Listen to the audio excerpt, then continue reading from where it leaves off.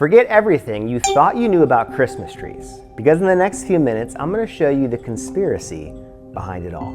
There will be ancient pagan rituals, royal scandals, and bizarre twists of fate that you'll see gave birth to our beloved holiday icon. You might not look at them the same again. It's December and millions of people around the world are dragging large evergreen trees into their homes and adorning them with lights and ornaments. But why? Now the answer seems obvious. It's a Christmas tradition. But what if I told you that the Christmas tree as we know it, it's a relatively recent invention, and that its rise to prominence had less to do with religious symbolism and more to do with a royal PR campaign and capitalist ingenuity? Let's start at the beginning. Or rather, let's start where most people think the beginning is.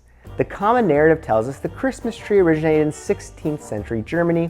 The story goes that the Protestant reformer Martin Luther, inspired by the starry night sky, shining through evergreen trees, brought a tree into his home and decorated with candles to recreate the scene for his family.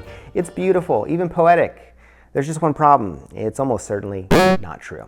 The first documented use of a fir tree in Christmas celebrations dates to the next century, 1605, in France, which this area at the time was a German territory. But even then, it wasn't widespread. In fact, for centuries, the use of evergreens in winter celebrations was viewed with suspicion by Christian leaders. They associated with pagan practices. So how do we get from there to, well, here? And to answer that, we need to fast forward to the 19th century and meet a woman who inadvertently changed the course of Christmas history. Enter Queen Victoria of England. In 1848, the Illustrated London News published a drawing of the royal family gathered around a decorated Christmas tree. This single image sparked a revolution in holiday decor. But why? What made the image so powerful? And to understand that, we need to look at the world of 19th century media and celebrity culture. The Victorian era saw an explosion in print media. Suddenly, the lives of the rich and famous were more visible than ever before. Queen Victoria, young, glamorous, became a trendsetter when she adopted the German tradition of the Christmas tree, influenced by her German husband, Prince Albert. This wasn't just a personal choice, she was making a statement. The Christmas tree became a symbol of domestic bliss, family values, of aspirational living. It was the Instagram-worthy moment of its day, but there was more to this story than just royal influence. Let's talk about economics. The rise of the Christmas tree coincided with another significant trend, the Industrial Revolution. As mass production techniques evolved, it became easier and cheaper to produce decorations. Department stores, a relatively new phenomenon, saw an opportunity.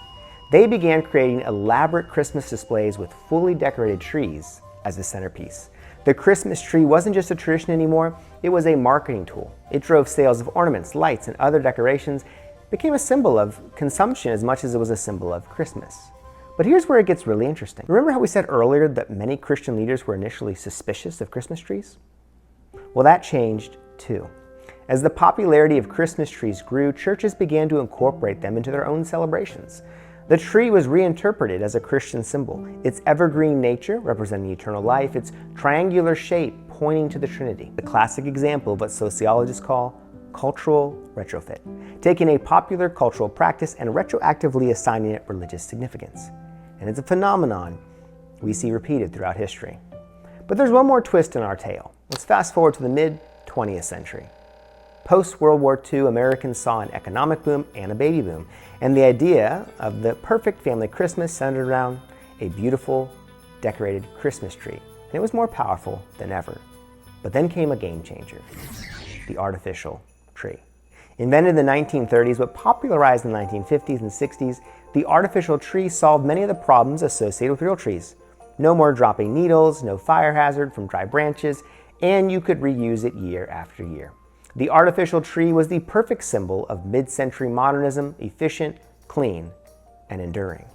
But it also fundamentally changed our relationship with the Christmas tree tradition. So, the Christmas tree as we know it, it isn't an ancient Christian tradition. It's a relatively recent phenomenon shaped by royal influence, industrial capitalism, cultural adaptation, and technological innovation. But here I think is the most fascinating part. Knowing this doesn't make it any less meaningful. In fact, I'd argue maybe more so. The story of the Christmas tree is in many ways the story of us. It's our ability to create meaning, to adapt to traditions, to find beauty and significance in the midst of a changing world.